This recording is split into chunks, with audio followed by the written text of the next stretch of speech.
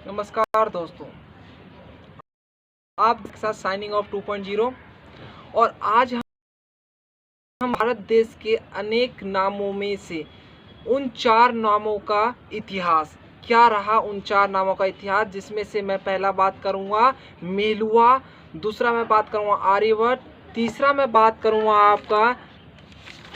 बात करूंगा भारतवर्ष और चौथा जम्बूद्वीप। ठीक है, तो चलिए स्टार्ट करते हैं। क्या रहा इन सब का इतिहास। क्या आप जानते हैं भारत देश का एशियन नाम क्या है? क्या आपको पता है कि भारत का नाम हर ईरा में बदलता रहा है? आइए एशियन ईरा से इसके नाम से हिस्ट्री से पता लगाते हैं। 3000 BC में भारत का एशियन नेम मेलुआ मिलता है। माना जाता है कि मेलुआ शब्द दक्षिण भारत के द्रविड़ शब्द मेला एकम से निकला है। मेला एकम का मतलब होता है highland country. Indus valley civilisation era में भारत का व्यापार सेमूर देश, आज का इराक से होता था।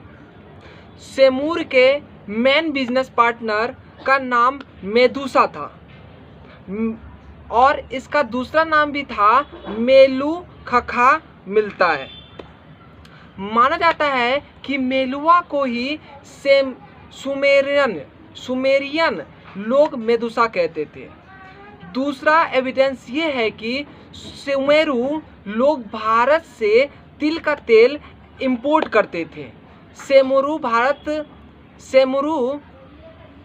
भाषा में तिल को इल्लू कहते थे और यहाँ तक कि इधर दक्षिण भारत में भी तिल के तेल को इल्लू कहा जाता था। शायद इल्लू शब्द से ही मेलुआ बना हो। कुछ एक्सपर्ट का मानना है कि मेलुआ मल्लाह शब्द से बना है, जिसे नाविकों का देश कहा जाता है।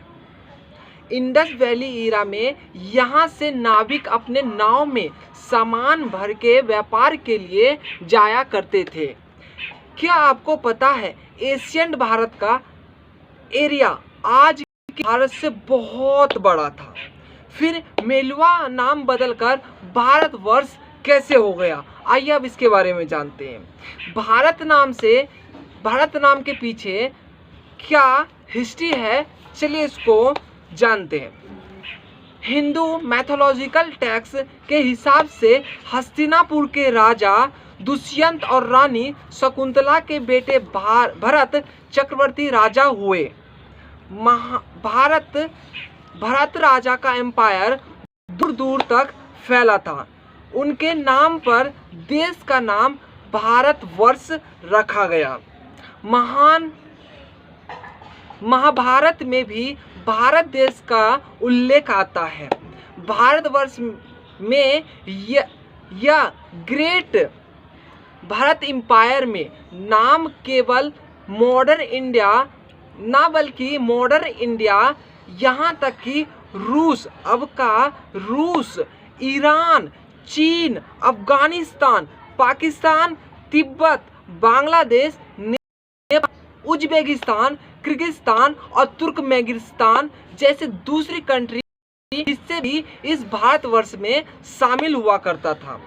क्या आप जानते हैं कि आर्यवर्त भी एक भारत का एक नाम था? इसके पीछे क्या लॉजिक रहा, चलिए अब उसके बारे में जानते हैं। आर्यवर्त का मीनिंग है जहां आर्य लोग रहते हैं या रहते थे।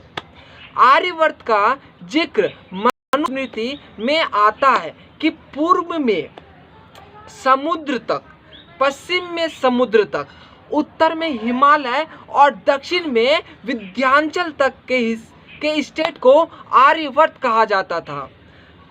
वाल्मीकि रामायण में श्री रामचंद्र जी को कई स्थान पर आर्य व आर्यपुत्र कहा गया है।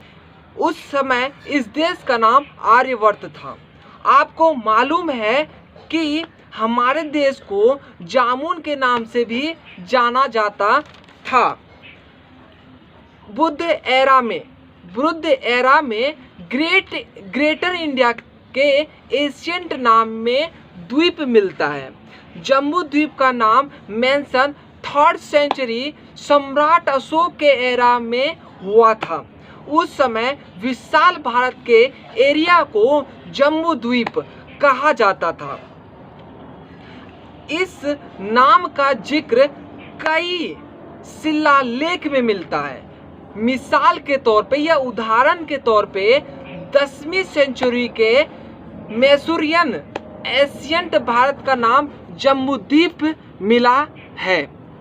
जम्बूद्वीप का मतलब होता है जामुन की पेड़ की भूमि और द्वीप का 2 मतलब होता है। पहले की बात करूं आइसलैंड और दूसरे की बात करूं तो कॉन्टिनेंट। चूंकि भारत में जामुन के पेड़ बहुत होते हैं और भारत 3 तरफ से महासागर से घिरा है, शायद इस हिसाब से भारत का नाम जम्मू पड़ा होगा। अंग्रेजी नाम इंडिया की शुरुआत से पहले कई south eastern Asia country Bharat के लिए जम्बू द्वीप नाम जिक्र आता है और अभी भी कुछ देश जैसे मलेशिया, जैसे थाईलैंड जैसे में जिक्र आते हैं। और आज का हमारा टॉपिक इतना ही था कि आज के एपिसोड में मेलुआ, आर्यवर्त, भारतवर्ष और जम्बूद्वीप भारत का नाम कैसे पड़ा। आज के लिए बस इतना ही। देखते रहिए आप साइनिंग ऑफ 2.0 अनुभव मिश्रा के साथ। और हाँ, लाइक, सब्सक्राइब और शेयर करना ना भूलें। धन्यवाद।